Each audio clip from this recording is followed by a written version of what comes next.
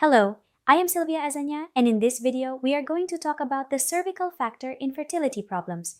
We will discuss what cervical origin infertility is, the alterations of the cervix, the study of the cervical factor, the treatment, and we will also answer some frequently asked questions that users may have related to this topic. The cervix or cervical canal is the channel that connects the vagina to the uterus. Its approximate measurement is 3 centimeters, and it has two main functions related to reproduction. It is the place where sperm enters on its way to fertilize the egg after intercourse, and it is part of the passage through which the baby is born after 40 weeks of gestation during a vaginal delivery. Any alteration in the cervix could imply a fertility problem. But in addition to the structure of the cervix itself, inside the cervical canal, we find a key component for female fertility: cervical mucus. Cervical mucus is a mucus substance released by the cervix whose appearance and consistency vary depending on the time of the woman's menstrual cycle due to the effect of sex hormones. The main functions of cervical mucus are as follows: change its consistency from thicker to more watery to allow the passage of sperm at the time of ovulation, protect sperm from the vaginal environment, and select the most suitable sperm for fertilization, leaving behind those that are defective and have impaired motility. In summary, cervical mucus acts as the first filter for the entry of sperm into the uterus. And before we continue with the content of this video, I'm going to ask you please to like and subscribe to the channel if you haven't done so already, as it helps us continue and allows all the information we publish to reach more people. Cervical alterations that can lead to infertility due to a cervical factor can be differentiated into anatomical or functional. In both cases, the proper migration of sperm to the uterus and fallopian tubes is affected. Regarding anatomical alterations, an obstruction in the cervix usually occurs as a consequence. These would include developmental anomalies. These occur from birth as a result of defects in the fusion of the Mullerian ducts. For example, duplication of the cervix, cervical agenesis, or cervical hypoplasia. Tumors, such as polyps or cysts. Usually their origin is benign and they can be removed through surgical intervention. The most severe case would be cervical cancer, which can be caused by an infection with the human papilloma virus. Traumas, these can be caused by surgery or occur occasionally. Cervicitis, inflammation of the cervix, acute or chronic. Generally, it is caused by microbial infections. There are other alterations at the cervical level. However, their impact on women's fertility is minimal or has a very low incidence. On the other hand, regarding functional alterations, they refer to the variation in the characteristics of cervical mucus, such as its consistency, quantity, acidity, etc.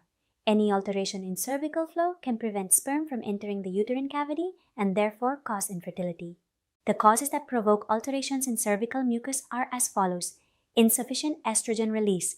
If an adequate amount of estrogen is not produced by the ovary during the follicular phase of the menstrual cycle, cervical mucus becomes thicker and does not allow sperm to pass during ovulation. Medications.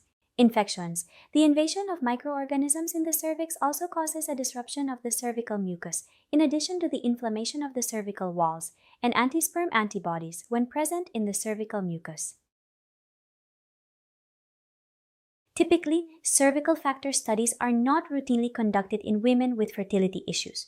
However, if a woman has symptoms or suspects that she may have some alteration at the cervix level, the following tests may be performed. Postcoital test.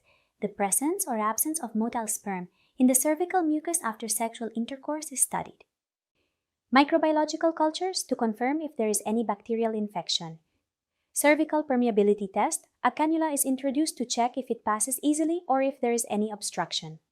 Hysteroscopy. The interior of the cervix is observed by introducing a camera. Prior to these tests, the gynecologist performs a physical examination and an ultrasound on all women who come for a checkup. In some cases, certain alterations of the cervix can already be detected in this initial examination. The treatment of cervical factor depends on the specific cause that is provoking it. The use of antibiotics is indicated in cases of vaginal infections or cervicitis. First, it is necessary to identify the microorganism causing the infection in order to select the appropriate type of antibiotic. In cases of insufficient or inadequate cervical mucus, the administration of exogenous estrogens may lead to an improvement in the quantity and quality of cervical mucus.